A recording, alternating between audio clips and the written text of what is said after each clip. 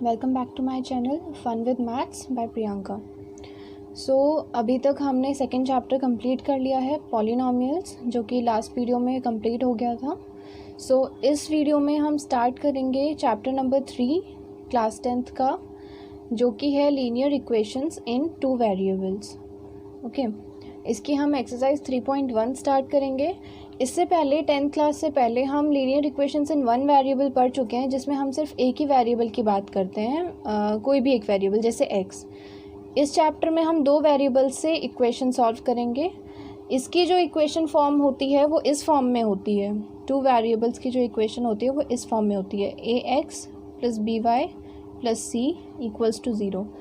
इस फॉर्म में हमारी 2 वेरिएबल्स की इक्वेशन फॉर्म होती है। अब हम स्टार्ट करते हैं एक्सरसाइज 3.1। हमें ऐसी ही इक्वेशंस बनानी है, उसके बाद एल्जेब्रिकली उनको लिखना है और ग्राफिकली सॉल्व करना है। ओके, क्वेश्चन नंबर 1 देखते हैं। सबसे पहले क्वेश्चन नंबर 1 में इसने बोला है, Aftab tales his daughter 7 years ago I was 7 times as old as you were then. Also 3 years from now I shall be 3 times as old as you will be. इसे हमें इसकी इक्वेशन को algebraically represent करना है और graphically भी। सबसे पहले हम इनके प्रेजेंट एज लेट करेंगे। Let present age of Aftab equals to x years and present age of Aftab's daughter equals to y years। ठीक है, ये हमने दोनों की एज लेट कर ली। इसकी हमने x ईयर्स लेट कर ली, इसकी हमने y ईयर्स लेट कर ली। अब हम आगे पढ़ते हैं। अब हम इनकी इक्वेशंस बनाएंगे। सबसे पहले 7 years ago, यहाँ पर हम लिख देंगे 7 years ago। 7 years ago दोनों की जो एज हो जाएगी, सबसे पहले हम वो लिख लेते हैं, age of Aftab equals to, अगर हम 7 years पहले जाएं, अभी से 7 years ago जाएं, तो आफ्ताब की एज x है अभी, तो 7 years पहले हो जाएगी x - 7 years। ओके, ऐसे ही same 7 years ago age of Aftab's daughter लिखेंगे, तो अभी उसकी अगर y है तो 7 years पहले हो जाएगी y - 7 years। ठीक है, अब अकॉर्डिंग टू क्वेश्चन इसमें क्या बोला है?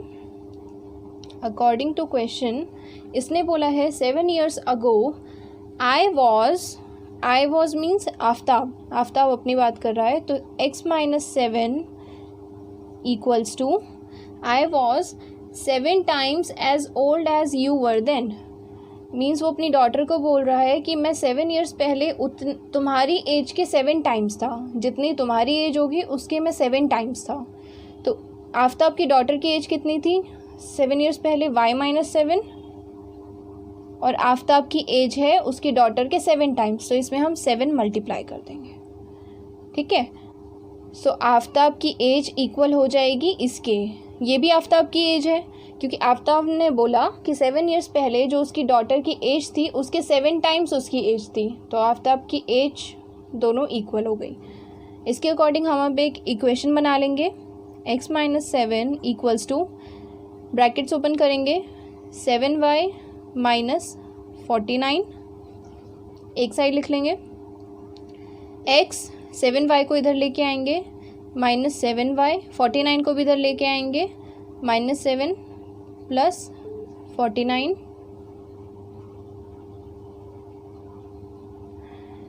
इक्वल्स टू 0 हो गया। अब इसको सॉल्व कर लेते हैं। x - 7y minus plus minus 49 - 7 कितना हो जाएगा 42 प्लस का 42 इक्वल्स टू 0। ठीक है, ये हमारी एक इक्वेशन बन गई है, इसे हम इक्वेशन 1 लिख लेते हैं। अब ऐसे ही आगे क्वेश्चन में उसने बोला है 3 years from now. Next equation बनाते हैं किसके लिए, 3 years फ्रॉम नाउ या फिर 3 years after. 3 years after same इसी की तरह लिखेंगे, एज ऑफ आफ्ताब इक्वल्स टू कितनी हो जाएगी, प्रेजेंट एज x है तो 3 years के बाद हो जाएगी x + 3 years। Same age of Aftab's daughter, y है प्रेजेंट एज तो 3 years के बाद y + 3 years। ठीक है, ये हमने ऐसे लिख लिया। अब उसने बोला है also 3 years from now I shall be, I means Aftab, so according to question I shall be means x + 3 equals to 3 times as old as you will be। मैं तुम्हारे 3 times होऊंगा, जितनी तुम्हारी एज होगी उसके 3 times मेरी एज होगी, ऐसा आफ्ताब अपनी डॉटर को बोल रहा है। तो आफ्ताब की डॉटर की एज कितनी है, y + 3, सो आफ्ताब उसकी एज के 3 times है। ओके, अब इसको भी वैसे ही सॉल्व करेंगे, x + 3 equals to brackets open करेंगे 3y + 9 x, ये 3y इधर ले आएंगे -3y, 9 को इधर ले आएंगे +3 - 9 इक्वल्स टू 0। इसके बाद x - 3y plus minus minus 9 - 3 is 6 -6 equals to 0। ये हमारी 2 इक्वेशंस बन गई हैं। ठीक है, अब हमें ग्राफिक, इसको मैं 42 उधर ले जाती हूँ, x - 7y इक्वल्स टू -42, ये equation 1, and x - 3y equals to 6, ये इक्वेशन 2। हमारी 2 इक्वेशंस बन गई हैं। अब इनके अकॉर्डिंग हमें ग्राफिकली रिप्रेजेंट करना है। अलजेब्रिकली तो हमने रिप्रेजेंट कर दिया, अब हमें ग्राफिकली रिप्रेजेंट करना है। ठीक है, इसके लिए सबसे पहले हम टेबल बनाएंगे एक।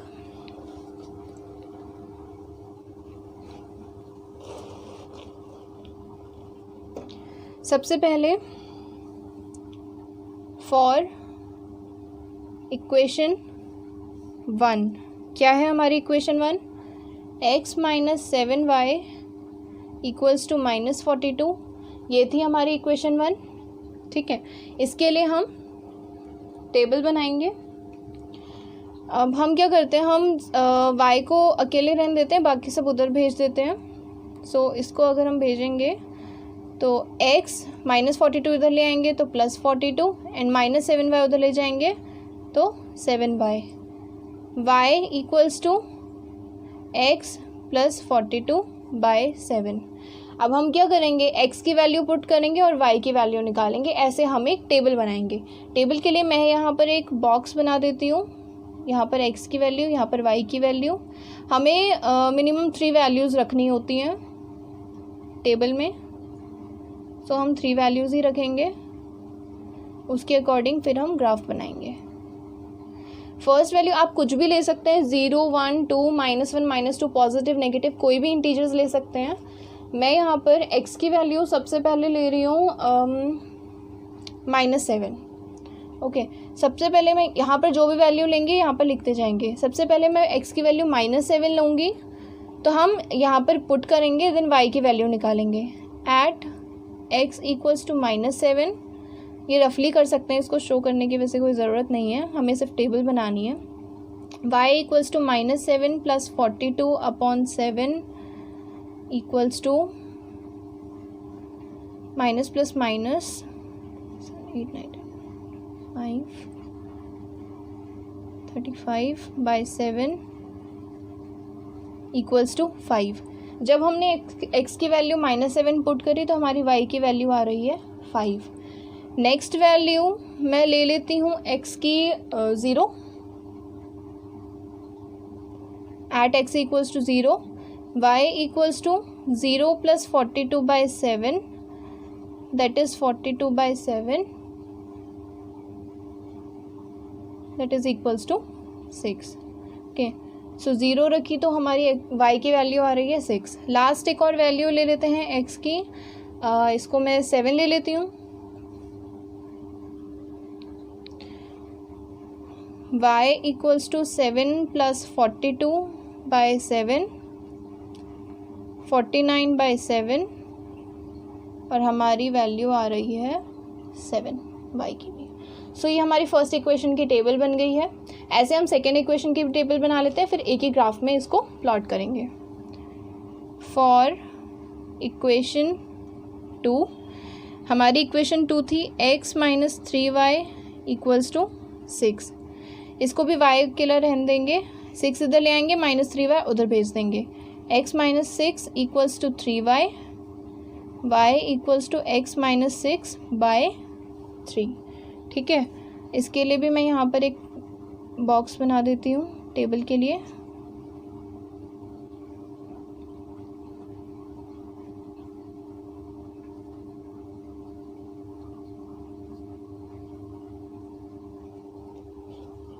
सबसे पहले x की वैल्यू पुट करेंगे एट x इक्वल्स टू, इसमें मैं x की वैल्यू ले लेती हूँ 6 रख देते हैं, कुछ भी रख सकते हैं, ऐसा कुछ नहीं है जो मैं रख रही हूँ वही रखना है।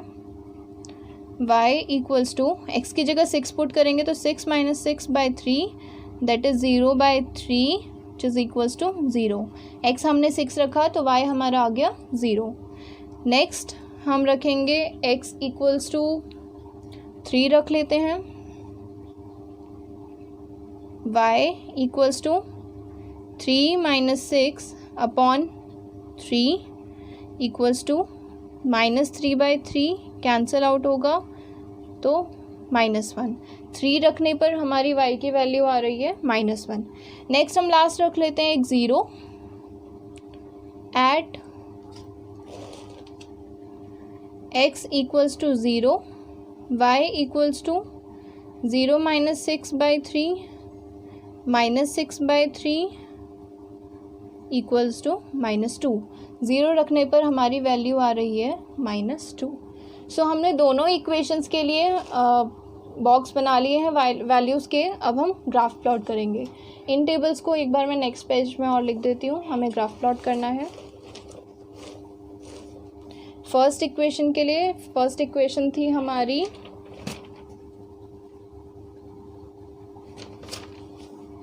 x minus 7y equals to -42। इसके हमारी वैल्यूज़ थे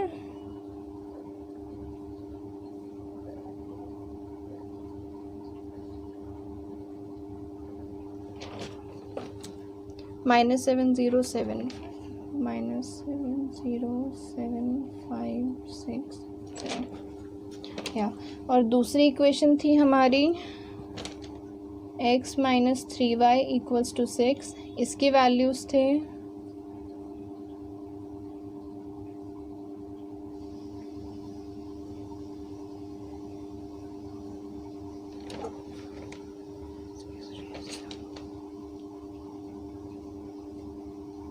ये हमारी वैल्यूज़ आई थी। अब इनके अकॉर्डिंग हम ग्राफ प्लॉट करेंगे।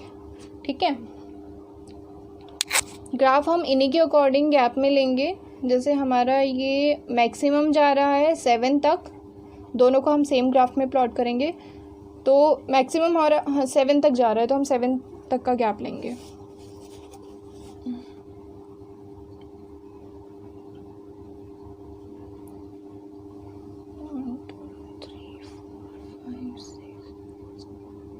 Zero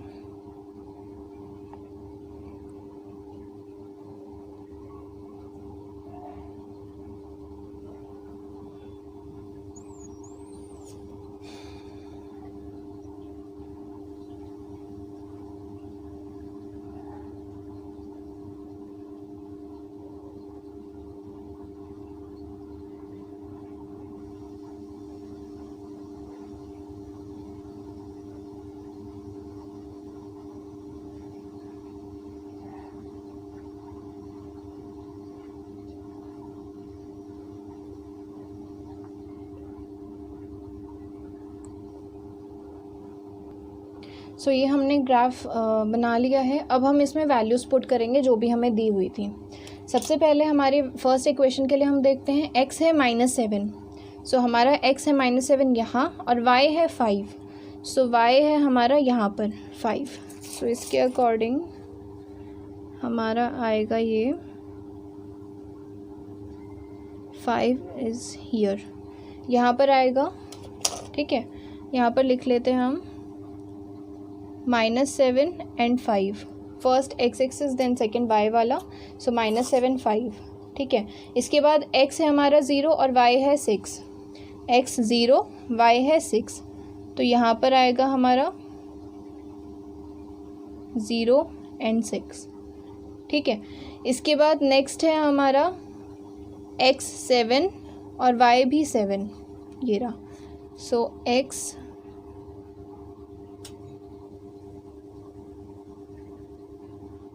7 and y is also 7 इधर, सो 7 एंड 7। ठीक है, ये हमारी इक्वेशन बन रही है, तो हमारी लाइन ऐसे बनेगी।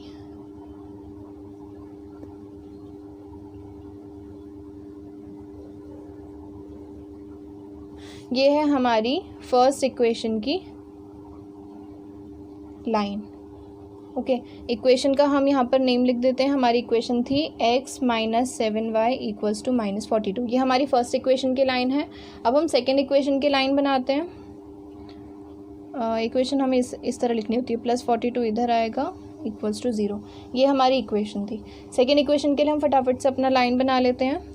x 6 तो y 0, तो ये रहा 6 0। सेकेंड है x 3 तो y -1, 3 एंड -1 इधर पे 3 -1।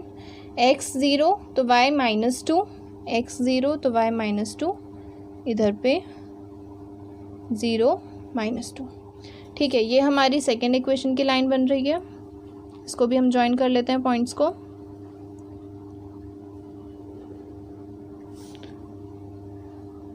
इसमें भी हम लाइन की इक्वेशन लिख देते हैं यहाँ पर x - 3y - 6 = 0। सो ये रहे, हमने दोनों लाइंस को ग्राफिकली रिप्रेजेंट भी कर दिया है। ओके, अब हम आते हैं नेक्स्ट क्वेश्चन पर।